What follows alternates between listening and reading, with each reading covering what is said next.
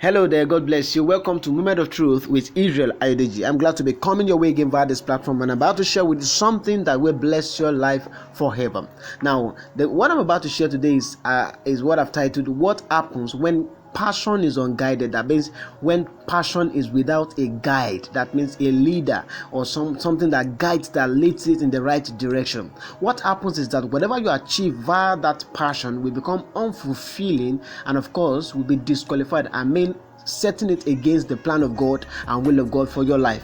Now, I'll give this illustration very quickly. In a 400-meter race, the athlete must maintain the lane he started out on the race. That means that whatever lane you are assigned to, let's take for instance somebody's assigned to lane 1, you start out from that lane and you must get to the finish line from that lane. Now, passion there in comparison to that athlete is the zeal, the energy with which the person is running, the speed with which he's running.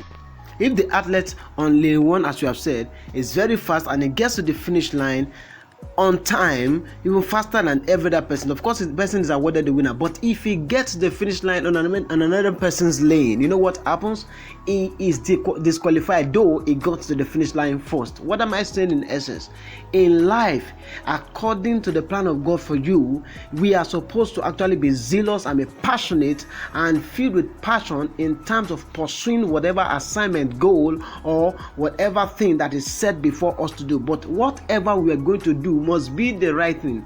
That means that as an athlete, you must be guided to maintain that lane. So the lines there in between which the athlete run is the guide that causes the athlete to remain on that course until he gets to the finish line. What am I saying in essence? God has a path charted for your life. He has a purpose and he has an assignment. No matter how zealous you are for things, and even for the things of God or for humanity or for your assignment or for whatever it is upon the face of the earth, no matter how zealous and passionate you are and filled with zest and energy, if you are not guided, you may invest that passion, that zeal and that energy in the wrong direction. And when you invest in the wrong direction, no matter how fast you run, no matter what you achieve, two things will happen. One, it will be disqualified with God. Secondly, it becomes unfulfilling. Even you will know that you are not fulfilled because you have invested that passion in the wrong direction. I give us an example quickly. The Bible said concerning Jesus that the zeal of the house of God had eaten him up. Now, he was full and filled with the zeal for the things of God. But even with that zeal and passion, he said, I do nothing of my own self. I can of my own self do nothing. John chapter 5 verse 30. As I hear, I judge, and my judgment is true. That means I'm filled with zeal, but my zeal is guided by the Spirit of God. So the guide there that you need is the Holy Spirit. Your passion can be invested into anything, but whatever you're going to invest your passion and zeal and energy into must be what the Lord has laid out for you.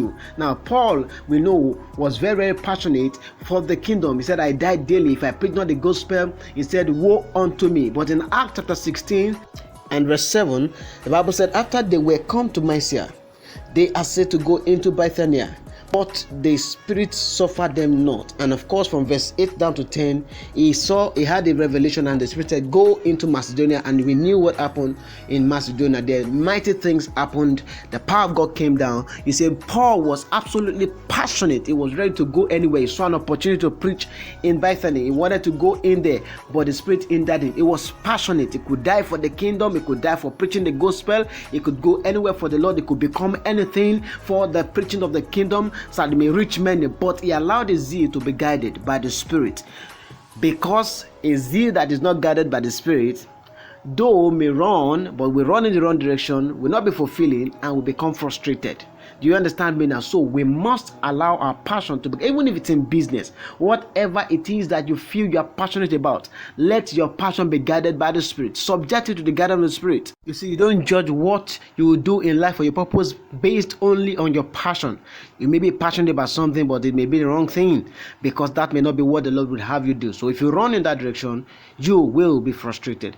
There are so many times I want to go to places and do certain things. I'm passionate for the kingdom of God. I want to get some things done in business and take some decisions, and God will say, sit down there.